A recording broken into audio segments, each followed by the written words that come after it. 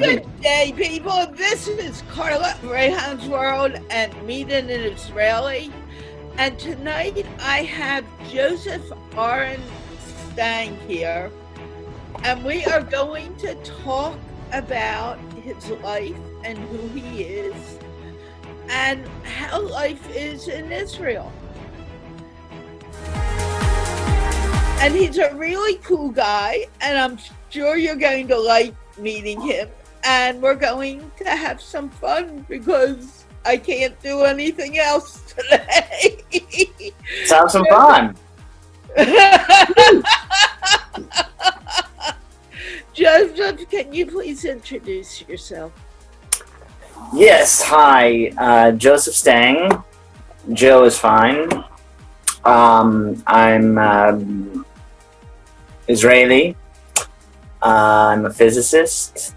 I'm an attorney. I do a lot of different things.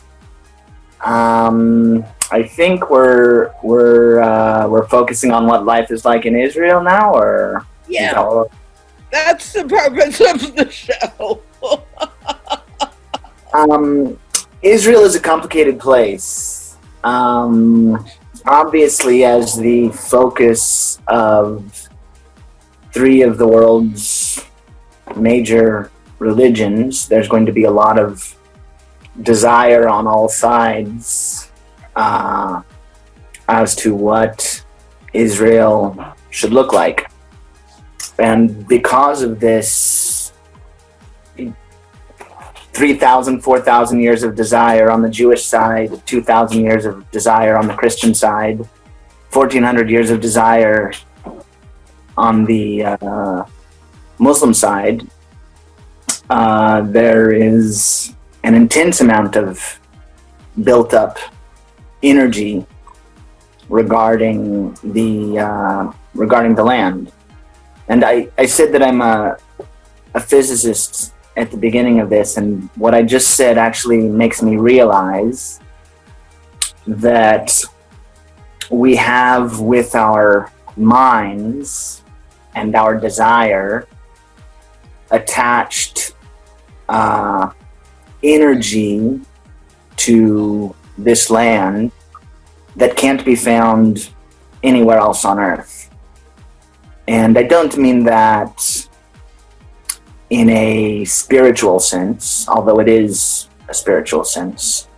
I mean that when we think with our brains emit electromagnetic fields. All of our brains emit these electromagnetic fields, and so we've been actually stuffing energy into this land from all over the planet, and this energy is a real thing here, and so it makes it very charged atmosphere.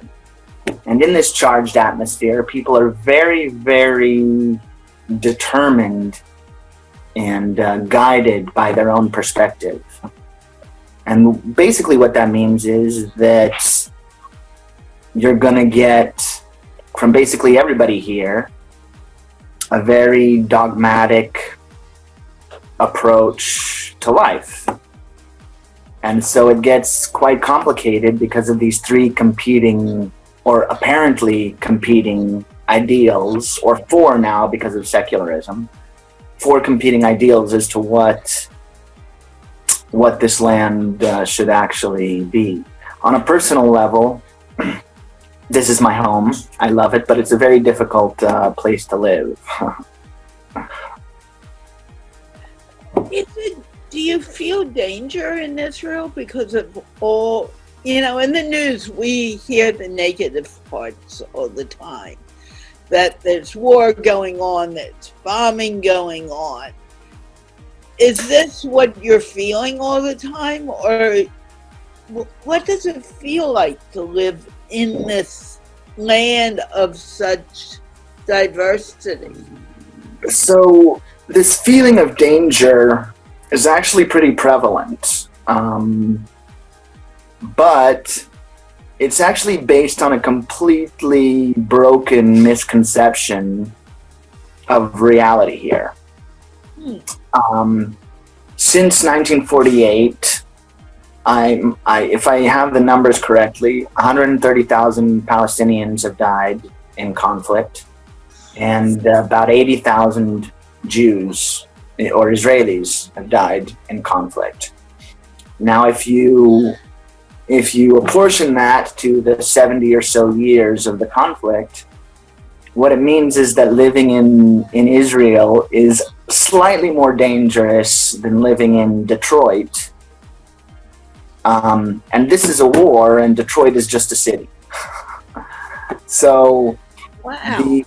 the feeling of danger is very strong for most people, but it's basically based on a lie. As far as the war goes, it's been a very, very quiet war, obviously with some intense periods, but considering the hatred that a lot of people feel because of the conflict, I think the more correct way to understand the situation is to realize that despite the hatred, people's love is much stronger than what they will even admit to themselves.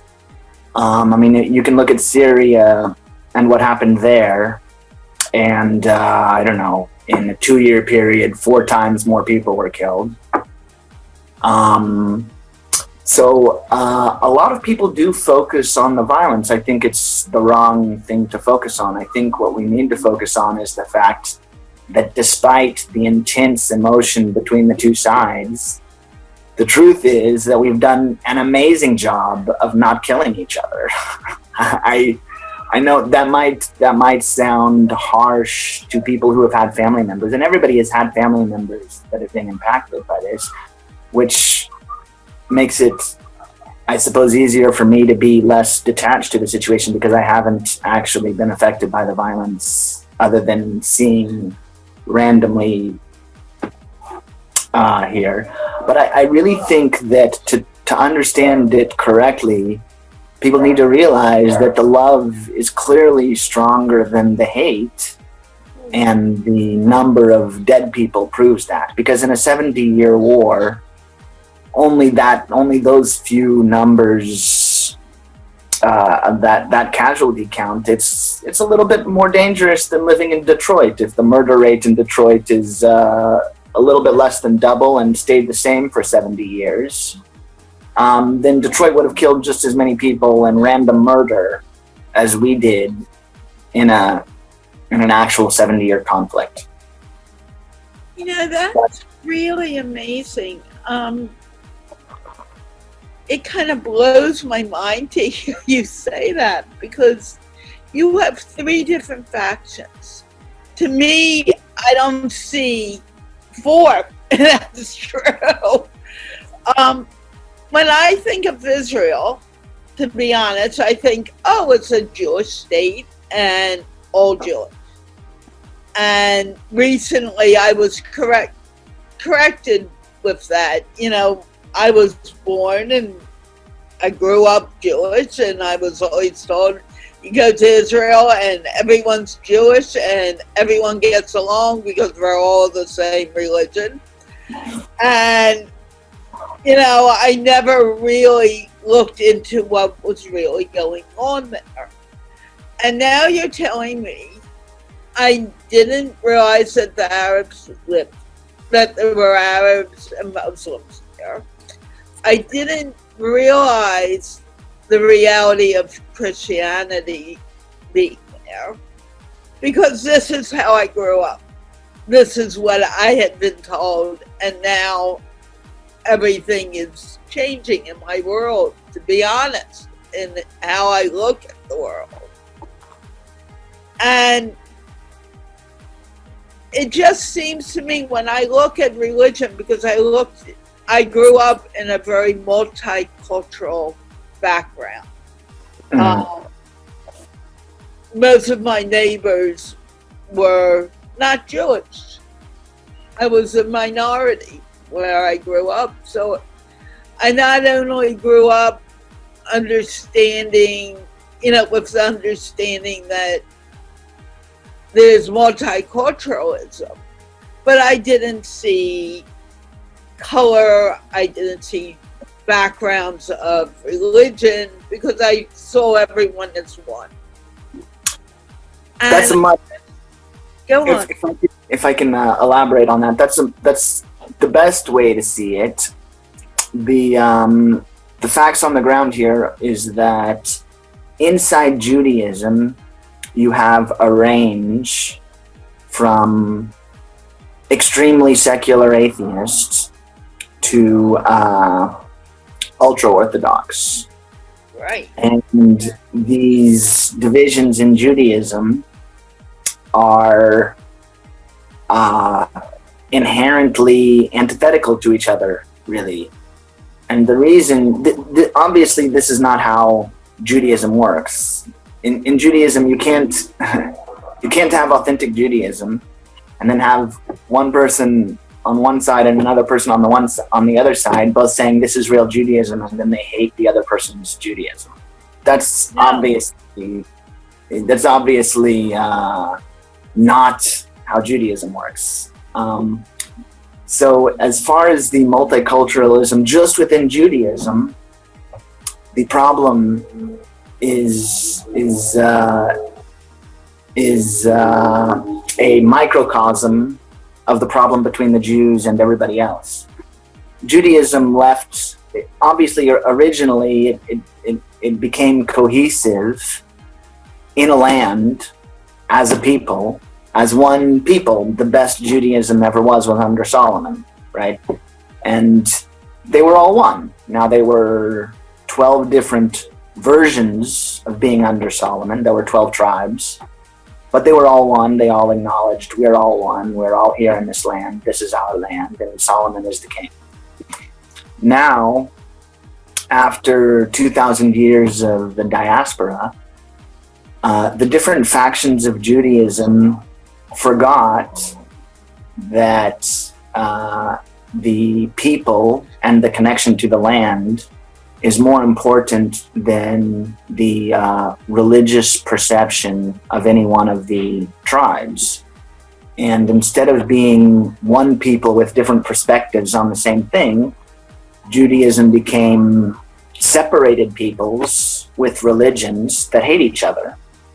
And this is never, when Judaism was the best, this is not what Judaism was. And when Judaism was not in Israel, when it was in the Galut, when it was in the diaspora, they were slightly separated cultures, but they all understood we're all Jews, and it doesn't matter if you eat kitniot and we don't, we're all Jews, right? Right.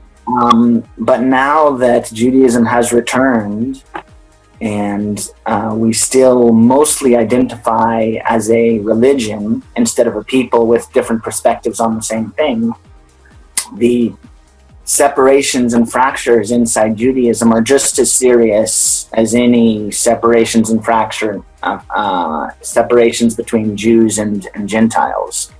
So it's quite a complicated situation, which and there are simple ways for us to make it simple, which is to remember we're all one people, this is our land, and that's the most important thing.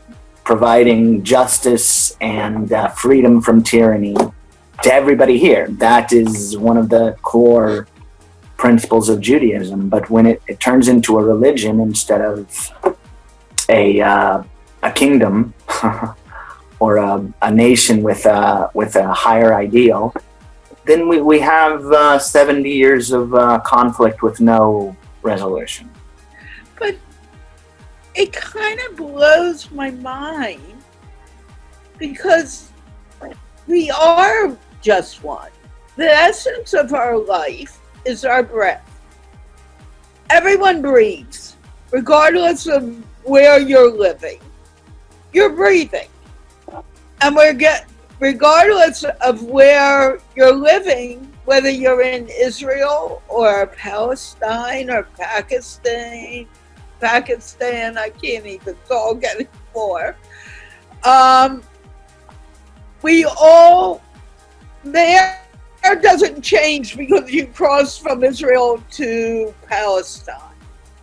It doesn't change because you cross from the United States to Canada. You're just driving. And that's the essence of our life. We come into the world, we breathe. We leave the world, we stop breathing.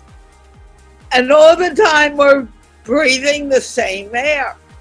And yet we're angry at each other because maybe the hair color is different, or our way of life is, our culture is a little different.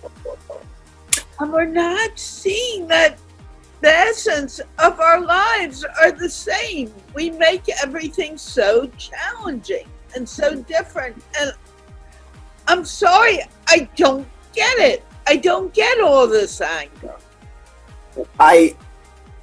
On a emotional level, I also fail to comprehend it. On an intellectual level, I can definitely elaborate a little more on what you just said.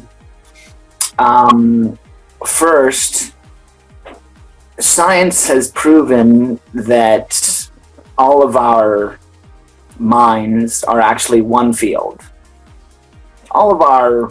Every mind is actually just mind. There's only one. There's just mind. And all of our minds are just apparent divisions in this mind, capital M. So we strengthen what we perceive as division because we identify as our traditions, to such a point that I've heard ultra-Orthodox Jews call secular Jews Gentiles because they don't keep the Torah the same way.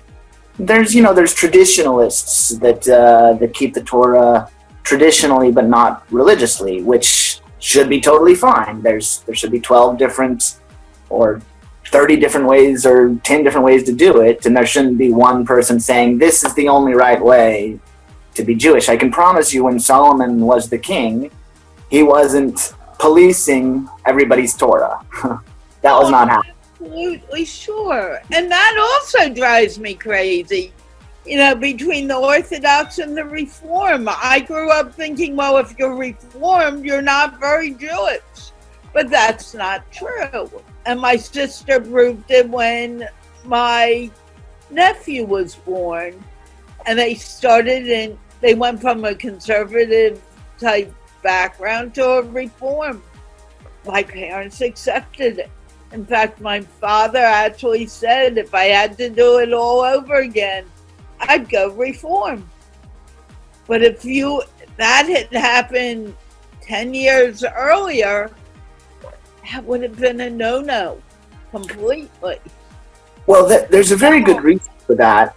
There's a very good reason for that in the history. And the reason is that for 2,000 years, Jews had to fight to the death, basically, to stay Jewish. For 2,000 years. That's not an exaggeration.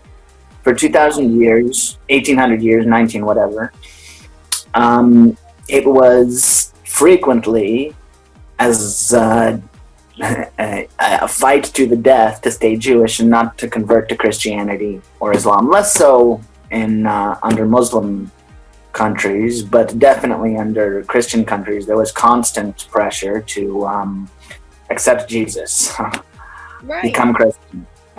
So obviously, there's going to be not just a mental conditioning towards holding on very strong towards their Torah, but also there's going to be genetic conditioning where Jews that were strong enough to stay Jewish, those are the genes that were chosen and were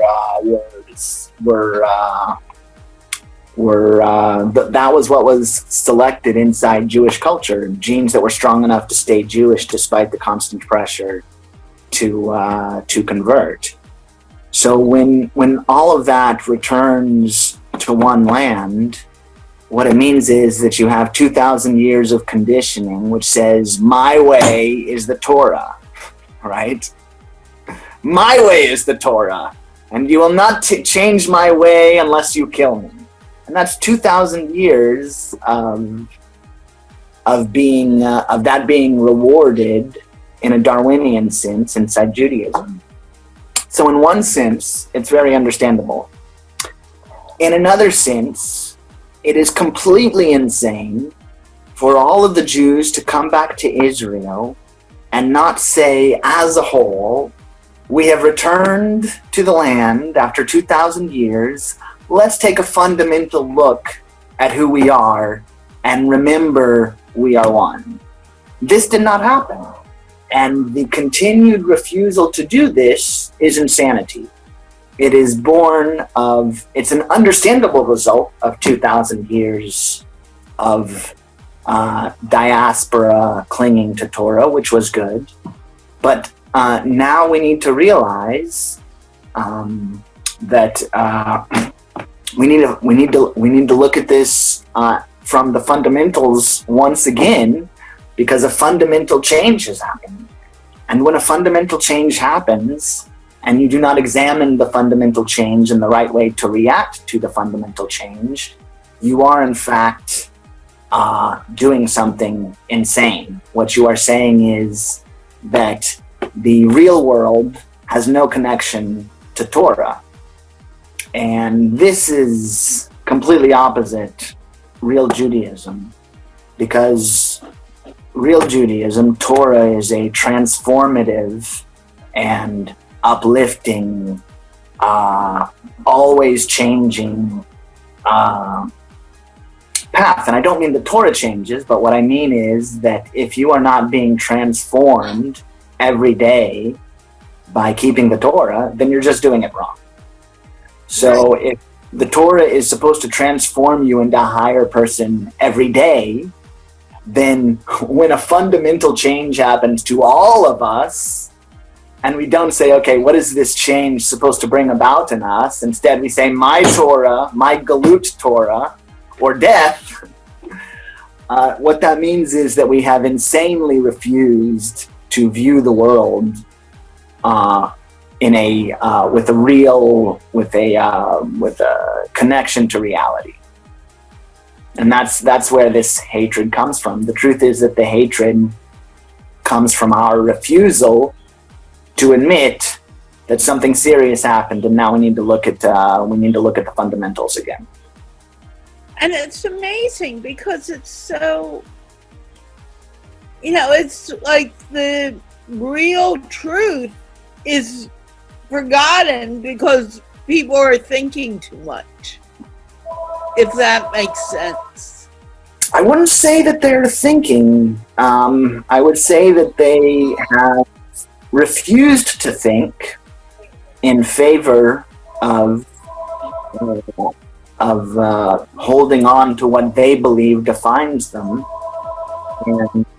And in that refusal to understand, they actually fail to know what actually defines them, because nobody ever keeps the Torah the same. You can have two people right next to each other, and they're going to keep the Torah different because they're different human beings. And so the details of how each different group keeps the Torah is not what defines any of us. And yet we have covered ourselves with that as if that is our identity, but it isn't. Right, because our identity goes way beyond all the changes. The only thing that changes, that stays the same in life, is change. For sure.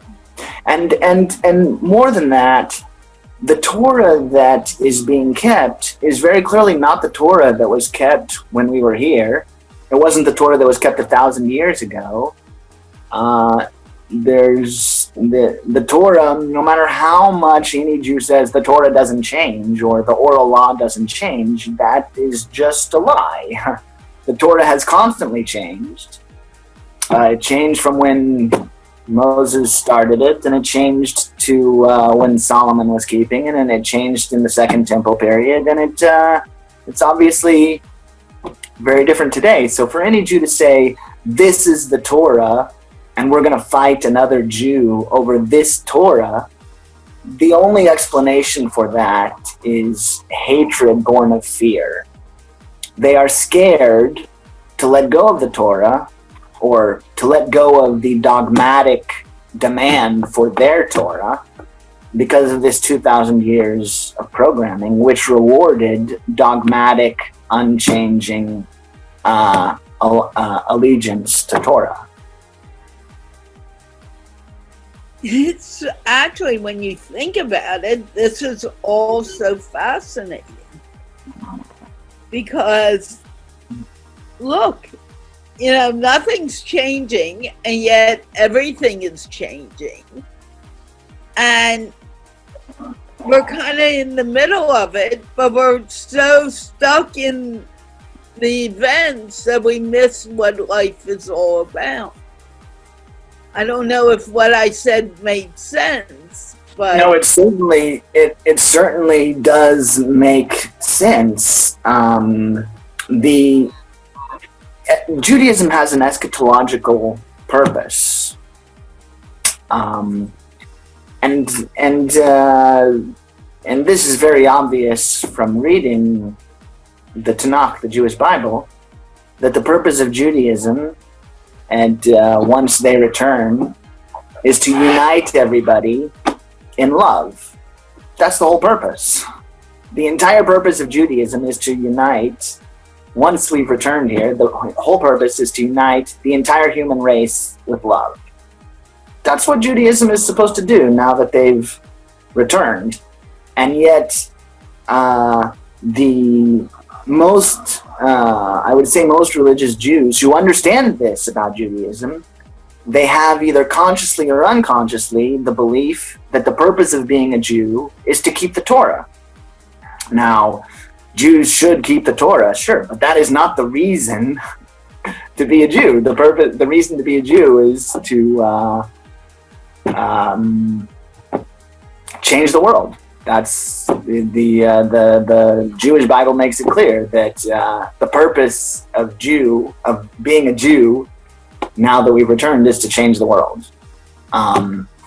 And I don't mean to suggest in any way that Jews should keep the Torah less, but they should understand that the purpose is not to keep the Torah. The purpose is to change the world. And many Jews maybe understand this consciously or unconsciously, but they refuse to understand that the way to do that is to respond to the fundamental change that has happened, which is our return to the land.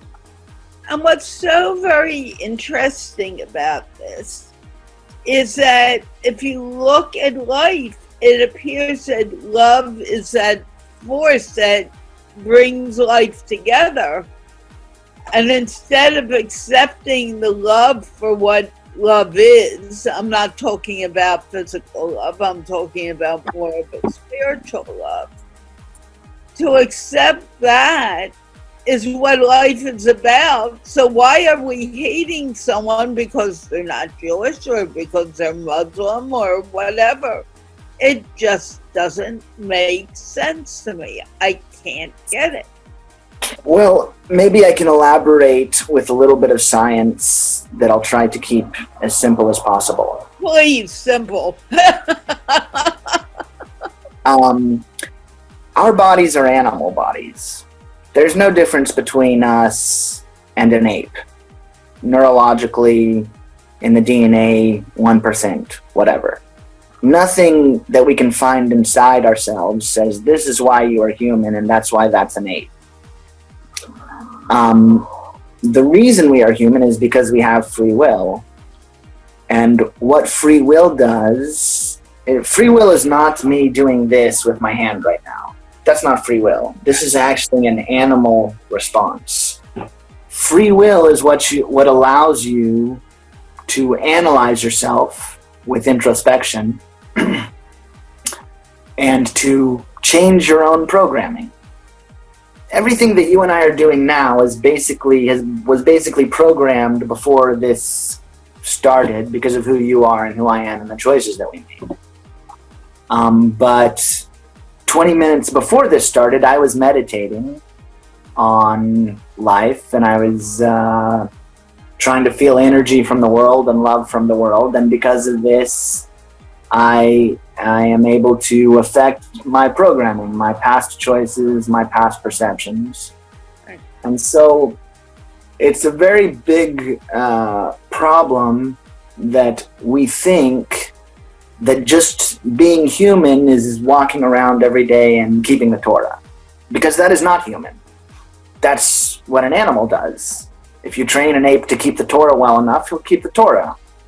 I'm exaggerating, but basically, you can train an ape to keep the Torah, right? The point of the Torah is spiritual transformation every day. And if they're not doing spiritual transformation every day while they're keeping the Torah, they're just apes keeping the Torah. And so this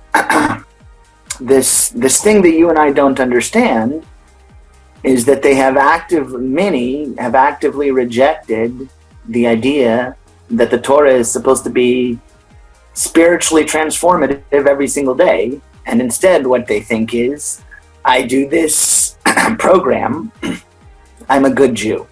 That's actually the definition of an evil Jew. An evil Jew says, I do this program, I'm a good Jew. That's an evil Jew. That is a lie about Judaism. It's a lie about the Torah. And it is one of the biggest impediments towards having a peaceful Holy Land. The idea that programmatically keeping the Torah means you're a good Jew. It's the opposite. It means you're an evil Jew. And it's the reason that there's so much hate between the different strands of Judaism. But it goes way past Judaism. It goes into the world as a whole.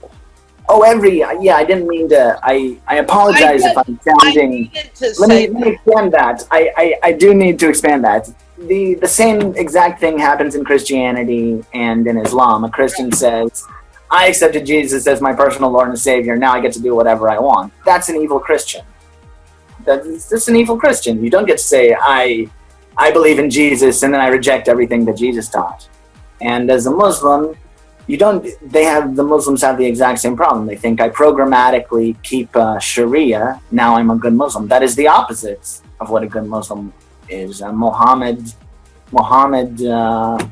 was incredibly sensitive in his response to changing circumstances. So the same exact problem happens in all three of these. And it actually happens in secularism also. The secularists say, no, the only possible way to do this is a democracy, a secular democracy, and if you say one word against that, then there's impossible disagreement between us. So the same exact thing happens to all of these groups, and I apologize for focusing on religious Jews with that.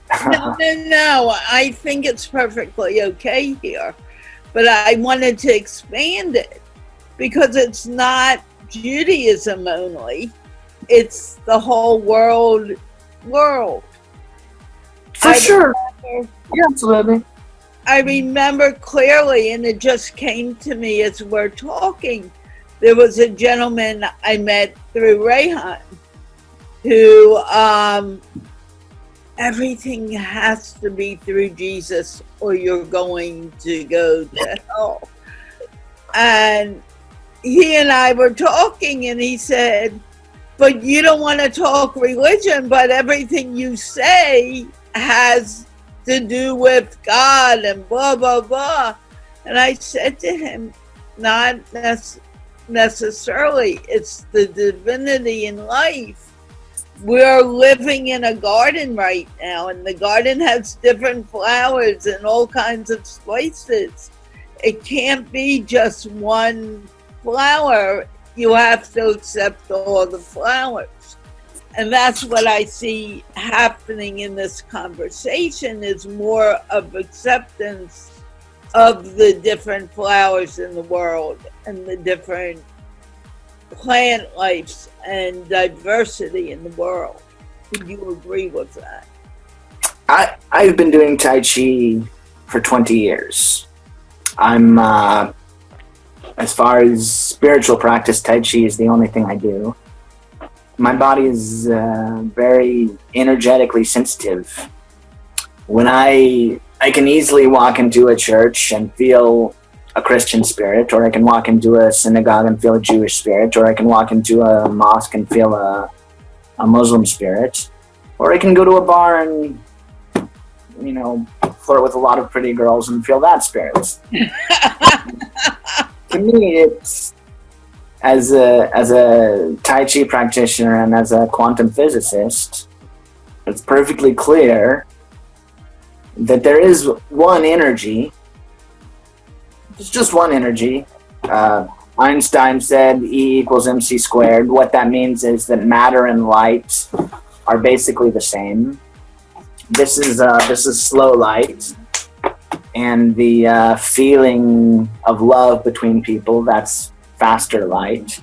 And all of this is the same, but it's beautiful because it shows up in all the different ways. And what I believe that we have forgotten as, or lost touch with a lot of, as maybe as a race and as all our different parts of the race, is that there's only one source that you can get any of this from. And if anybody has any love, they got it from the same place. And we prioritize our programs instead of the feeling of love that we should have between the differences. You know, you've given way over half an hour, I think. I don't know when we started, but I want to thank you for your time. And I want to ask you one more question. Sure. What if you were granted the ability to bring peace on earth, what would you do? If I was like, what would the plan be? A boom, and you could bring peace to everyone on the earth, how would you transform the world? I have that plan. I've been working on that plan. The plan is simple. A demographically controlled federation here in Israel, and in which we have and accept different streams of Judaism, and we accept Muslims as righteous citizens of the Holy Land. And this is actually straight out of the Tanakh. A demographically controlled federation is what Solomon was in charge of. And once we do this here in the Holy Land, that will change the whole world, because the Holy Land, as we discussed, has a outsized impact on everybody's life, whether you've ever been here or not, or even if you're in any of the Abrahamic religions. So it's a very clear path towards this world peace that we dream of. I don't think there's any other way to get there, really, because if Israel is in conflict, the whole world is in conflict. That's just part of the program. And the only way for Israel to stop being in conflict is to accept a logical a solution that works, a logical solution that works. And they're really, because of the logistics of the situation, there is only one solution, and that is a demographically controlled federation with cantons like in Switzerland. You know, the Swiss have had 800 years of peace, which came after one of the bloodiest wars ever. And they've had 800 years of peace, and that's because they said, okay, we got cantons. Now each canton is in charge of themselves, basically, but we have a federation. That system with a Semitic or a Jewish understanding would work perfectly here, but the people here have refused to come to grips with the fact that a fundamental change has happened, and so we need to address the situation fundamentally from the beginning. So demographically controlled federation with cantons like Switzerland, and then we have world peace. Pretty simple. Okay. Thank you, Carla. Thank you for all your time and energy and also patience with me.